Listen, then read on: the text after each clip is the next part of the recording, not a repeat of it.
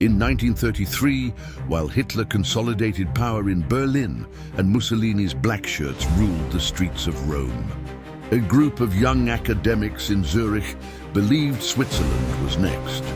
They called themselves the National Front, and at their peak, they claimed tens of thousands of followers.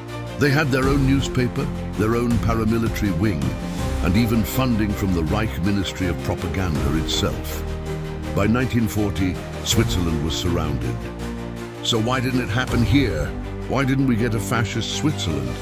Presenting the National Front, Switzerland's forgotten fascists.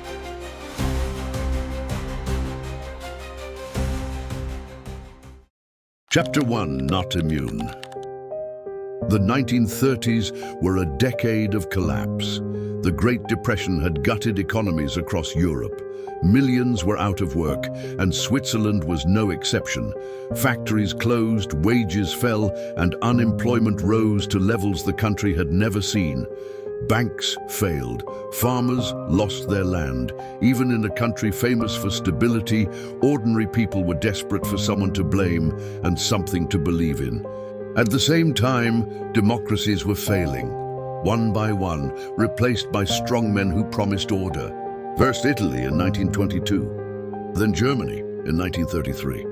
Austria followed the same year, and Spain fell into a civil war in 1936, and out came Franco. But it wasn't only fascism. Across Europe, parliaments were dissolved and constitutions suspended in the name of stability.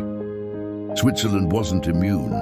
It had the same disillusioned youth and the same appetite for radical answers. Chapter 2, The Rise. It started not in the streets, but in lecture halls at the 8th Zürich, Switzerland's most prestigious technical university.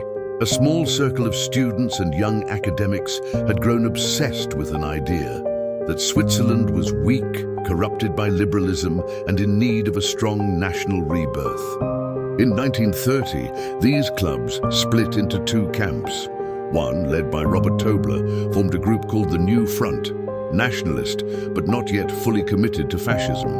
A more radical faction broke away. Its leader was a young man named Hans Vonwyl. He wanted something bigger than a university club, a movement that could reach all of Switzerland. He called it the National Front. They launched a newspaper, Der Eiserne Besen, the Iron Broom, a name that promised to sweep away the old order. And under its next chairman, Ernst Biedermann, the paper's anti-Semitic message began finding an audience far beyond the university gates.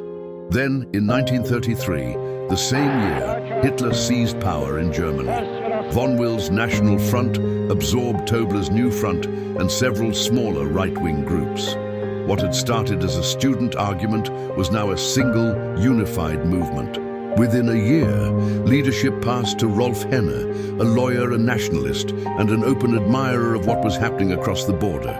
And they weren't just talk. At their peak, membership estimates ranged from 9,000 to as many as 25,000 people. They ran candidates. They won seats, over 100 of them, in town councils across the German-speaking cantons. And behind them, quietly, was money funding that came in part from Berlin itself, from Joseph Goebbels' own propaganda ministry. Chapter 3, Why It Failed. The National Front had votes, money, uniforms, momentum, everything a fascist movement needs, and yet it never came close to power. So what stopped it? The first answer is structural. Switzerland isn't run from one capital. It's a federation of 26 cantons, each with its own government, its own laws, almost its own identity. There was no single Reichstag to seize, no single palace to march on. Power was scattered by design. The second answer is division. Inside fascism itself. Switzerland's fascists were never one movement. In German-speaking Switzerland, the National Front. In French-speaking Geneva, the separate Union Nationale. In Italian-speaking Ticino, Arthur Fongelas ran his own fascist faction. funded directly by Mussolini and looking to Rome, not Berlin, for inspiration. The third answer is self-inflicted. In 1935, the National Front had won a single seat in the National Council held by Robert Tobler. But scandal after scandal, financial and political, it battered the party's credibility. Its open glorification of Nazi ideology made it increasingly toxic, even to sympathetic voters. By 1938 and 1939, it had lost every single mandate it held. And the final answer is the simplest one. Switzerland was never invaded. There was no occupying army to install a puppet government, no defeat to exploit the one condition that let men like Quisling in Norway or Mussert in the Netherlands seize real power. By early 1940, the movement had collapsed under its own weight and dissolved itself. Chapter 4, the end. Then France fell. And for a moment it looked like the front might rise again, reborn under new names, the Eidgenössische Sammlung, the Nationale Gemeinschaft, the Nationale Opposition, and many others depending on the region. For a moment, it even looked like the government might listen. That July, Switzerland's own president met privately with front leaders, a meeting that outraged critics on both the left and the right. Then the fronts overplayed their hand.